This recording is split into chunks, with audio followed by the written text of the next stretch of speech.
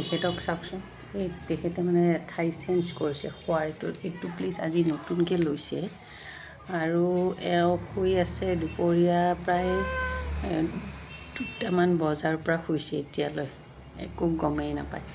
এতিয়া বাজিল কেইটা 6:45 হৈছে, এই মই ৰেকৰ্ডিং কৰি থকা সময়খিনিত 6:45 চাওক, এবাৰ মুখখন চাওক, এই দুনিয়াত কি হৈ আছে কি হোৱা নাই একো গমেই নাপায়।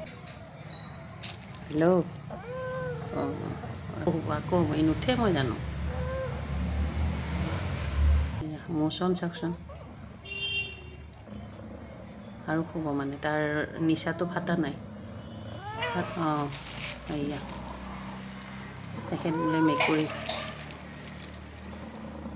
চাওক চাওক ৰ'বা মোচনটো চাই লওক।